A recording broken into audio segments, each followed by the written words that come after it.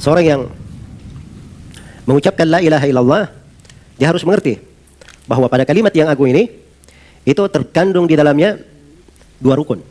Ada an-nafyu dan ada apa? Al-itsbat. Kata penulis rahimahullah, wa'lam anna hadhil kalimah nafyun wa itsbat. Ketahuilah bahwa kalimat ini, yaitu la ilaha illallah, itu mengandung nafyun, penafian, dan mengandung itsbat. Jadi ada dua, nafi dan apa? Itsbat. Nafyun itu pada kalimat apa? La ilaha illallah, itu apa? Itsbat, penetapan. Ya. Pertama dinafikan dulu. La ilaha. Dia nafikan.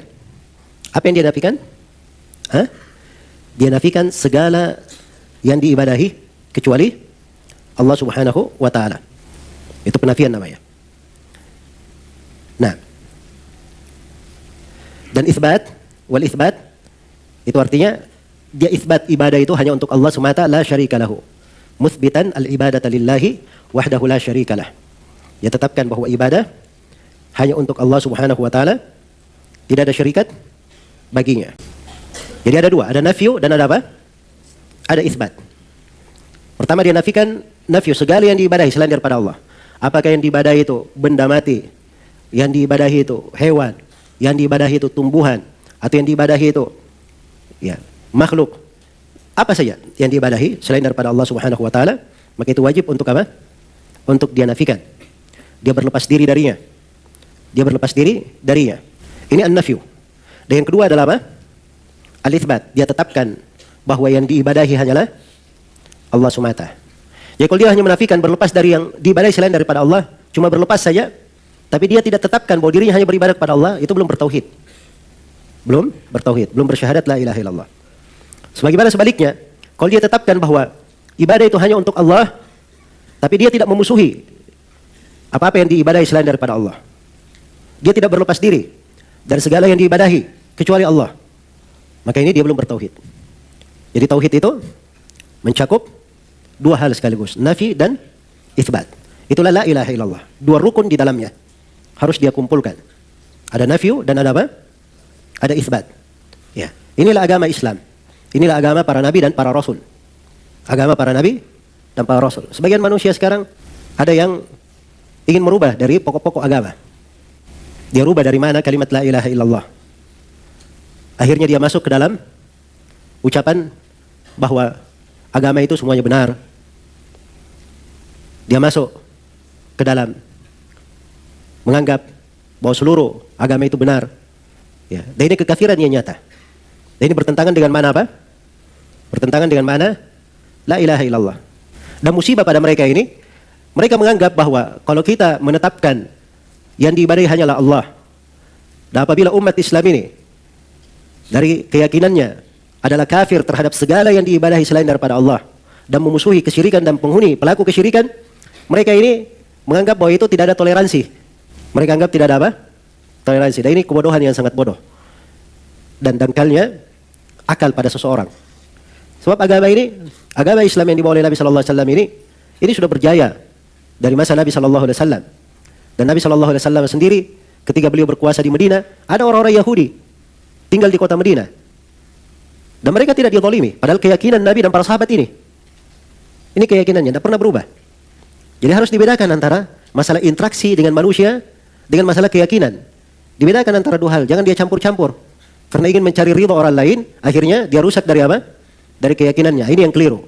Dibedakan antara keyakinan pokok agama dan apa yang merupakan hubungan dunia, interaksi dengan manusia. Toleransi itu kaitannya dengan masalah dunia, masalah muamalah. Bagaimana berinteraksi dengan apa? Dengan manusia.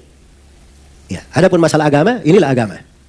Islam ini dari dahulu yang dikenal di masa Nabi dan para sahabatnya, yang diwarisi oleh para a'immah, para ulama setelahnya. Ini adalah apa yang diuraikan oleh penulis rahimahullahu ta'ala. Baik, jadi inilah kalimat la ilaha illallah. Mengandung dua hal. An-nafyu dan apa? Al-itsbat. Banyak dalil yang menunjukkan tentang hal ini. Dari ayat-ayat Al-Quran, dari hadits Rasulullah SAW dan selainnya. Di antara ayat yang menjelaskan mana ini adalah firman Allah Subhanahu wa taala, "Wa qada rabbuka alla ta'budu illa iyyah." Ini sama la ilaha illallah. Dan Rabbmu telah memutuskan tidak boleh kalian beribadah kecuali hanya kepadanya. Ini di surah An-Nisa ayat 23 atau di surah Al-Isra ayat 23. Kalau di surah An-Nisa ayat 36 itu wa'budullaha wa la tusyriku bihi syai'an.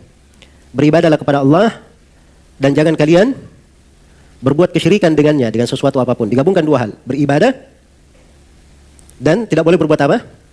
Berbuat kesyirikan. Dan ini kandungan la ilaha illallah. Dan di awal perintah di dalam Al-Quran, awal perintah dalam Al-Quran adalah perintah beribadah hanya kepada Allah. Dan awal larangan dalam Al-Quran adalah larangan apa? Berbuat kesyirikan. Inilah mana la ilaha illallah. Awal perintah kan di surah Al-Baqarah. Ya ayuhan nasu ubudu rabbakumul ladzi khalaqakum walladzina min qablikum la'allakum tattaqun. Kan begitu. Ini awal perintah, wahai sekalian manusia beribadahlah kepada Rabb kalian, perintah beribadah. Datang ayat setelahnya penjelasan tentang awal larangan. Di akhir ayatnya fala taj'alu lillahi andada wa antum ta'lamun. Jangan kalian mengadakan untuk Allah tandingan-tandingan dan kalian dalam keadaan mengetahuinya. Ini mana la ilaha illallah. Jadi sekali lagi dua hal dari kalimat tauhid la ilaha illallah, tidak terpisah. La ilaha illallah, dua rukun bersambung. Karena itu di sini tampak kekeliruannya orang-orang sufi. Ya, mereka katanya kalau sudah berzikir membaca la ilaha illallah, ya kalau sudah sangat asyik dia berzikir, nanti sisa sepotong saja. Ya, yang dia baca. Pertama la ilaha illallah, la ilaha illallah, la ilaha illallah. Berikutnya illallah, illallah. Berikutnya Allah, Allah. Berikutnya hu. Hah? Ini orang-orang bermain-main dengan agama. Dan mereka mengucapkan kalimat la ilaha illallah tidak paham apa artinya. Apa maknanya? Ini dipahami ya dari kejahilan. Andai kata mereka belajar, ya kalimat la ilaha illallah tidak mungkin masuk ke dalam hal yang seperti itu. Sebab ini dua kalimat tidak mungkin. Ini kalimat la ilaha illallah, dua rukun, tidak mungkin apa? Tidak mungkin terpisah. Siapa yang menetapkan Allah yang diibadahi, tapi dia tidak berlepas diri dari segala yang diibadahi selain daripada Allah. Dia tidak berlepas diri dari peribadatan kepada Nabi Isa, peribadatan kepada Uzair, peribadatan kepada malaikat, peribadatan kepada berhala, kepada yang dia tidak berlepas diri, maka dia belum muslim. Sama kalau dia berlepas dari seluruh yang diibadahi, dia benci, tapi dia tetapkan ibadah hanya untuk Allah, maka ini juga belum bertauhid. Ya, belum masuk di dalam orang yang mengucapkan la ilaha illallah. Baik.